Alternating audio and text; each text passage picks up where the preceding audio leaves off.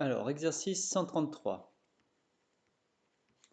Donc ici, on vous donne x dans un réel, dans un intervalle moins 4, 5, et on souhaite obtenir l'intervalle auquel appartient y, qui s'écrit 2 moins 3x.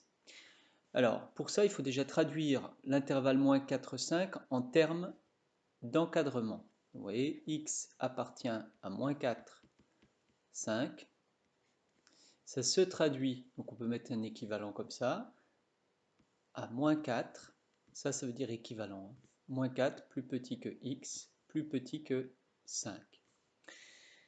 Une fois qu'on a écrit ça, on sait que y c'est 2 moins 3x. Donc il s'agit d'obtenir à partir de l'encadrement de x un encadrement de y. Et ainsi on obtiendra l'intervalle auquel appartient y. Alors, comment on fait ça? Eh bien, on part de notre encadrement initial de x et petit à petit, je vais monter l'expression qu'elle a. Donc il faut réfléchir dans l'ordre des opérations. Alors la première opération qu'on a à faire, c'est d'obtenir le moins 3x. Comment est-ce que j'obtiens le moins 3x? Eh bien, on fait fois moins 3. Donc quand je dis on fait fois moins 3, ça veut dire sur chaque terme de l'encadrement. Alors moins 4 fois moins 3, moins 4 fois moins 3, x fois moins 3, je fais sur chaque terme, et 5 fois moins 3. Et ce qui est là, il faut vraiment faire attention, parce que comme on multiplie par un négatif, l'ordre change. Donc dès que je multiplie par moins 3, l'ordre change. Donc je peux maintenant simplifier les calculs. Donc là, j'obtiens 12, supérieur ou égal à moins 3x, supérieur ou égal à moins 15. On a bien moins 15 qui est plus petit que moins 3x, qui est plus petit que 12. Ensuite, qu'est-ce qu'il me reste à faire? Bien, là, j'ai moins 3x, il faut que j'ajoute le plus 2. Donc là, c'est un ajout. Je vais faire plus 2. Alors 12 plus 2, bon, on peut faire directement, hein, ça fait 14. Ensuite, j'ajoute 2, ça fait 2. Puis il restait le moins 3x, supérieur ou égal à moins 13. Je remets les choses dans l'ordre, hein, toujours du plus petit au plus grand, c'est plus simple à lire.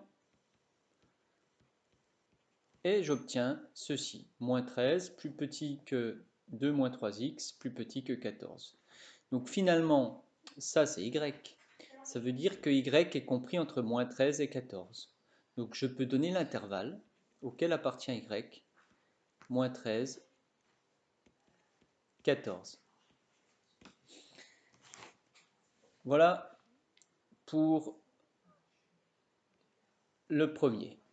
Alors, par contre, je vais effacer ça.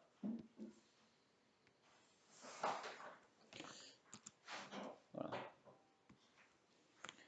Alors, le 134. Le 134, cette fois-ci, vous avez une information sur x et y et on vous demande une information sur x plus y, à savoir x appartient à l'intervalle 2, 4 et y appartient à l'intervalle moins 5, 1.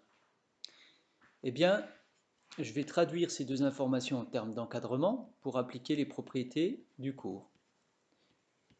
Ensuite, je sais que y est compris. Et que me dit le cours? Il me dit que j'ai le droit de faire des ajouts. Attention, seulement des ajouts d'encadrement, hein. Quand il y a deux encadrements, on peut ajouter, mais surtout pas soustraire. Donc ici, je peux écrire, on ajoute les encadrements.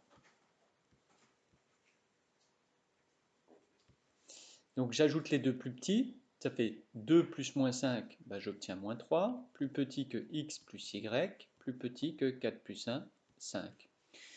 Donc je peux dire que le réel z, qu'on vous avez défini comme x plus y, hein, il est compris entre moins 3 et 5. Autrement dit, z appartient à moins 3, 5.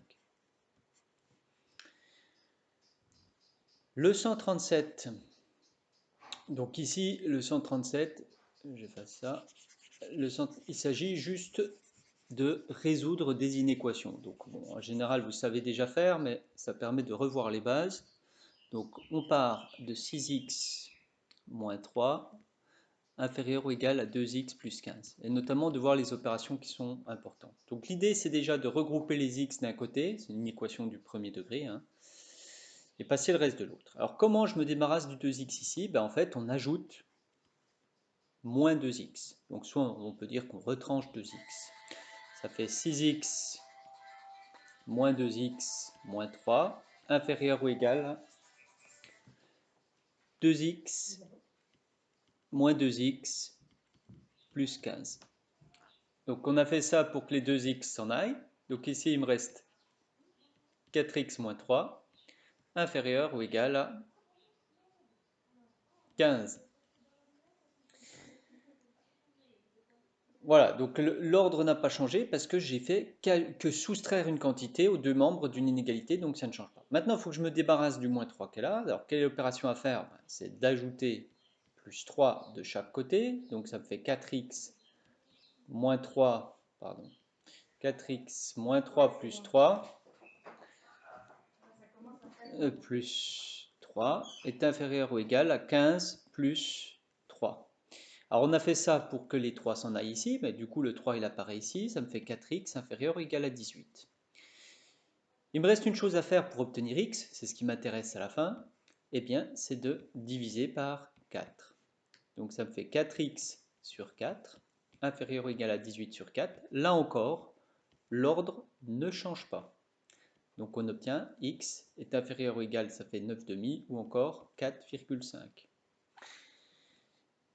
Et on peut donner, si on souhaite, les solutions sous forme d'un intervalle de moins l'infini à 4,5. Voilà. Deuxième inéquation. Bon, je peux effacer celle-ci. Deuxième inéquation. X plus 1 est inférieur à 2x moins 8. Alors bien sûr, on n'est pas obligé de décomposer à l'extrême comme sur la première inéquation. Donc ici, je peux par exemple retirer 2x puis faire les calculs en même temps. Alors x moins 2x, ça va faire moins x plus 1. Les 2x s'en vont ici, inférieur à moins 8. Ensuite, je me débarrasse du 1, donc je peux dire que je fais moins 1. Donc là, il va me rester moins x, inférieur à moins 8, moins 1, moins 9. Ensuite, pour me débarrasser du moins qui est devant le x, là, c'est comme si on avait moins 1 fois x. Soit on divise par moins 1 ou on multiplie par moins 1. Donc moi, je vais diviser par moins 1. Attention, quand je divise par moins 1, on change l'ordre parce qu'on divise par un négatif. Donc j'obtiens x, mais attention, moins 9 divisé par moins 1, ça fait 9. Donc la solution, ça fait x plus grand que 9, ou encore, si on donne sous forme d'ensemble de solutions, 9 à plus l'infini. Voilà.